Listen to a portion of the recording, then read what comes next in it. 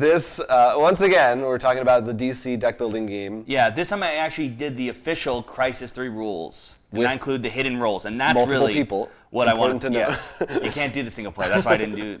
And this is what I want to actually talk about, because otherwise, I mean, if that wasn't in there, you'd play just like the other Crisis games. I mean, if you played one, probably different abilities and stuff. You play which you like. And this is what I think, and this is why I want to do it again with you and with more people. So everyone had secret goals, and mine in particular, for example, was I needed to end the game with 2 cards that cost 6 or greater, 4 attack cards, and 3 defense cards. Okay. Oh, no, other way around. 3 attack cards, 4 defense cards. In your whole deck, right? In my whole deck.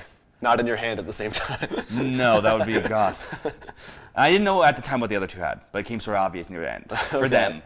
Well, because they both had literally the exact opposite of each other. Okay. And this would be a lot more interesting. Yours is complicated. Yeah. And, well, here's what happened. We had a lot of first of all, attack cards are usually on villains, and when you buy a villain in this game, in any Crisis game, they're destroyed instead. So I had to find a way to get attack cards from the destroyed pile. Okay. Second, Mark chose a character, specifically Bizarro, which sounded weird at first, but turned out to be amazing in the game, which was whenever he attacks a player, that player draws a card. So Mark was buying up attack cards to use for his ability. Huh. Interesting. So, and then we got a lot of guys who like donate a hero or a defense card to the lineup. And then I'd play, and then they'd be like, Will, why aren't you donating? I'm like, I'm not donating that. So, like, it actually, like, both of them got, and we made a rule, like, you can't say what your goal is. Okay. Because I think it makes it a lot more. Do they not specify that? I don't think so, but to me, like I think it's a lot more, you know. Yeah. So, like, there's a lot of times that they're like, why is he not donating that? I'm like, I'm not donating this. And stuff. But, like, this would be a lot more fun. We only had 3, but if we had 5, I think this would be really great to have all the weird different goals. Because one of them actually is run out the main deck, and everyone else loses and you win. So there can be an actual traitor. What were the 2 that they had? Why it became obvious. Yeah. Matt he could not have a duplicate of any card in his deck. So he pretty much only had 11 cards in his deck. Wow, that's Mark's weird. was he had to have 50 cards in his deck. So sometimes like, okay, so the 2 of you are... So I assume it's like points don't matter in this game. Yeah, absolutely not. Which actually was really great because one of the cards is Bizarro Power, which is gain a weakness, then attack everyone, they gain a weakness. And it's worth -1 point. So it's a terrible card, I feel. But like in this, it's great, particularly for Mark, because he could just build up his deck with weaknesses. That is fascinating. It was a lot more fun because you were thinking a lot more about that. Like, it wasn't just, I need to win. It was, I need to win like this. So for me, I was just like, I can't donate that, or I need to really buy that defense before he does. Right. Instead of just, look, highest card, points. Or simply just building your deck for the sake of building your deck. Yeah. So it was, to me, this was a lot of fun. I really want to try it with you. I would love to have the lowest cards in my deck, or that sounds funny. Here are some of the other ones I remember off the top of my head. One of them is you need to have, like, out of your cards, you need to have, like, the alphabet, like 20 of them need to start with different letters. Okay. Something like that. That's really weird. One of them is you only win if the player to your left wins. Yeah. So all these really weird ways to win the game, which I think will make it so you're not simply just, I'm going to donate this. Right. So definitely, I think that this will bring that little bit I think you're looking for out of the DC deck building game.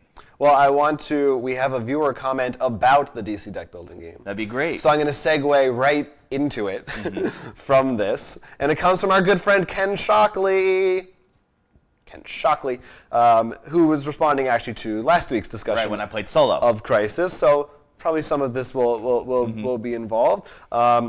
He says, he talks about one of the times he played the game, says, we came across... Solo or multi? Multi, I believe. Okay. The Crisis Demonic Summoning, which is players must discard 3 cards with a cost of 6 from hand. To beat it? Yes, I believe. I think we came across that in our game. Okay. Because I think we had something similar to that. Says it stopped them dead in their tracks, and they lost. And after losing Check the Deck, and there were only 6 cost cards available. So made it kind of hard for them to win. Also says he remembers you mentioning in a podcast some time ago, and I remember this as well, about wanting to try out the shared star lineup layout from Cthulhu Realms in the DC deck building game. Right, where we haven't done that yet. Multiple lineups. Says they tried it out. Oh, found that it works quite well, especially when they played the good guys versus bad guys variant of the game. that's. I think I did. No, I did do that, the bad guys, but just regular. But that one is a lot of fun. Says if you haven't tried it, should check it out. All right. Yeah, that makes a lot more sense because then you can you're almost competing, but it's like you're on opposite sides. So. Yeah, that's true. It's interesting, But yeah, I'm glad you tried it out, and yeah, no, it's definitely some of those things. Hypothetically, you could get just by luck, you're doomed. Right. But I do feel in the single player, it definitely felt more. There are a couple things I'm just like, all right. I'm going to wait until I can buy it. Just like, you're not really taking turns. It didn't feel that much in this one, especially because you're also thinking, like, well, maybe I can't do that, but I can help secure, like, get more defense cards and make sure. Like, one of the goals we had was when this crisis was revealed, take every defense card in your hand and discard pile and put it in a lineup. And I was just like, oh, you're kidding me. Like, I lost all my defenses there, and I had to, like, buy them all back up. They don't call it a crisis for nothing.